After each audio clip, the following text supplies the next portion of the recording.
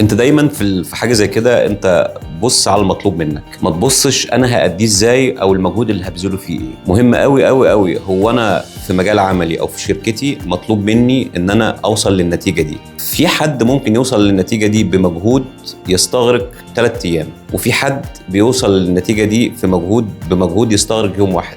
احيانا انت بتحس او بتعمل لنفسك جلد ذات ان انت عشان بذلت مجهود صغير لمده يوم فده بالنسبه لك هو تقصير. لا خالص، احنا دايما في فلسفه عملنا او في ادائنا دايما نبص على النتائج المطلوبه مننا. بمعنى ايه؟ انا مطلوب مني في مجال عملي ان انا اعمل 1 2 3 4، انا وصلت لهم فانا كده اديت اللي عليا بشكل جيد ولا داعي لجلد الذات.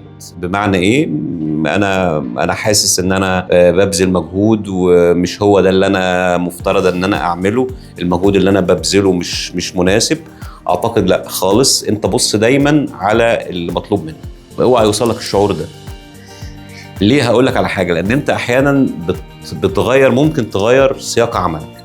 يعني انت بتشتغل هنا باسلوب مثلا ما، ممكن تقعد من الصبح النهارده احنا شغالين تصوير لحد بالليل اهو قاعدين، وانت من وجهة نظرك ان ده الاسلوب المناسب اللي انت حاسس بيه ان انت بتطلع منتج وانت راضي عن نفسك كشخص. ممكن تروح مجال عمل تاني اللي انت عملته ده كله ما بيحصلش، انت ممكن تقعد في لوكيشن نص ساعة تصور وتروح البيت خلاص انا نمت. انت بتبدأ نفسيا بتجلد ذاتك، ايه ده انا مش هو ده المجهود المفترض اللي انا بطلعه. انا كنت بقعد في شغلي 14 ساعة، دايما احنا بنقول الكلمة دي، انا بقعد في شغلي 14 ساعة، كنت بواصل الليل بالنهار واحيانا ببات في المكتب. ايوه، ما هو انت بعد ما عملت ده انت طلعت ايه؟ انت طلعت المنتج. بنفس الكيفيه في الموضوع الثاني، ما هو في الاول وفي الاخر انا اشتغلت نص ساعه وطلعت نفس المنتج. فده مش معناه ان انت عندك مشكله في ادائك، مش معناه ان انت ما بقتش تشتغل صح. برضو احيانا اسلوب العمل بيختلف من مكان لمكان زي ما احنا قلنا. في ناس هو لازم يجي المكتب من 8 الصبح ل 4 بعد الظهر ويقعد على مكتبه ويقعد في اجتماعات دائمه ومستمره، ولازم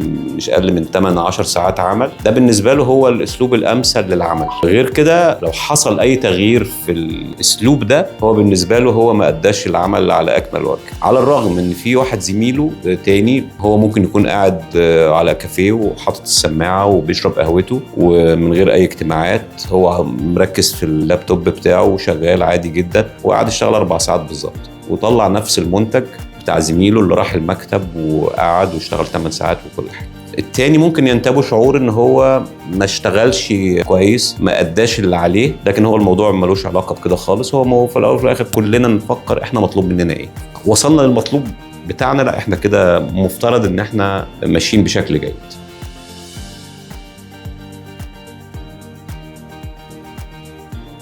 هقول لك على حاجه، اللي انت بتتكلمي فيه ده اثر. يعني ايه اثر؟ انت رايحه تبصي على قياس الاثر. لا خالص، احنا في ادائك دلوقتي مفترض في السوشيال ميديا ان انت بتطلعي منتج معين او فيديو معين اثره ايه. فخلينا نفصل بين حاجتين. اول حاجه هو انت مطلوب تعملي مثلا فيديو بشكل فيه كواليتي معينه بسكريبت مكتوب كويس جدا، حطيتي كل عناصر المحتوى الجيد اللي انت مفترض ترفعيه على السوشيال ميديا. ده حصل وتم، فانت بالنسبه لك انت اديتي ما عليكي في الجزئيه دي. حته بقى قياس الاثر بتاع هذا المحتوى ده موضوع تاني خالص. فكده انت دمجت الحاجتين مع بعض وبالتالي حصل جلد الذات، لان احيانا قد يكون الاثر ده متاثر بحاجات تانية خالص، في حاجات سياسيه محيطه هذه الايام بالموضوع، فاصبح الريتش على الموضوع ده مش زي ما هو متوقع، وبالتالي انت مالكيش يد فيها. ولكن احيانا بيبقى ليكي يد في البدايات، لو انت مثلا ان المحتوى دي انت عارفه ان في ظروف سياسيه قد تؤثر على هذا المحتوى وانت ما خدتيش بالك، او انت ما اديتيش النصيحه لمالك هذا المحتوى، خد بالك الوقت ده مش مناسب قوي ان احنا ننزل بالشكل الفلاني.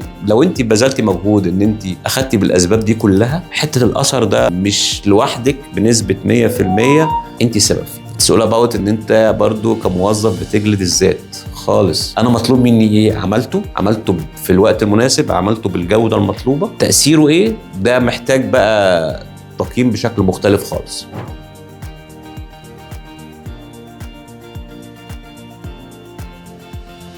بصفه عامه هو ده موظف بيشيع الطاقه السلبيه، وخلينا نحطه ان هو ممكن يكون مدير بيشيع الطاقه السلبيه، او زميل ليا بيشيع الطاقه السلبيه، او في نفس الوقت قد يكون مرؤوس او انا مديره وبنفس الكيفيه هو مصدر للطاقه السلبيه. خلينا نتفق ان اهم حاجه في هذا الموضوع ان انت تحافظي على حدود طاقتك الايجابيه. بمعنى ايه؟ ان انا عندي طاقه ايجابيه، انا بحاول بقدر الامكان احمي هذه المساحه واحمي هذه الحدود بحيث ان انا لا اتاثر بهذه الطاقه السلبيه. طيب هو معنى كده ان انا ابعد عن هذا الشخص بشكل او باخر؟ لا، انا مش بنقول هو في الاول وفي الاخر هو زميل او مدير، او قد يكون انت مديرته، فبالتالي حته ان انا ابعد عنه ده قد يكون عمليا مش هنقدر نعمله. طيب ولكن ابدا احافظ ان انا في الاماكن اللي هي او في الاوقات اللي هي قد تسمح شويه ان الحوار او الحديث بيبقى شويه حوار شخصي وحوار ودود في اوقات الراحه مثلا، انا بحاول بقدر الامكان ابعد عن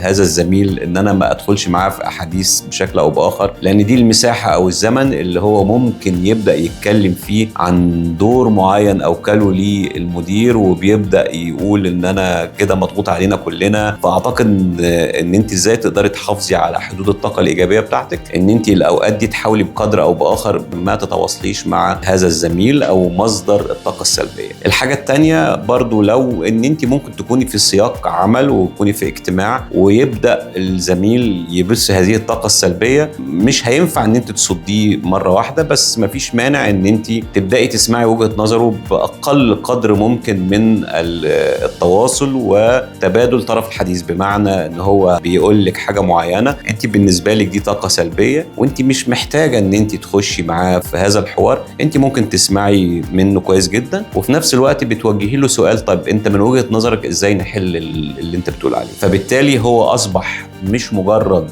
هو عمال بيبث هذه الطاقه السلبيه، لا ده هو مطالب ان هو لو حاسس بهذا الشعور او بهذه السلبيه هو مطالب ان هو يحط حلول. فبالتالي هيبدا هو ياخد هذا الاتجاه، وبالتالي انت هتقدري تحافظي على حدود طاقتك الايجابيه. فدي حاجتين مهمين قوي ان انت تقدري تتغلبي بيهم على الطاقه السلبيه.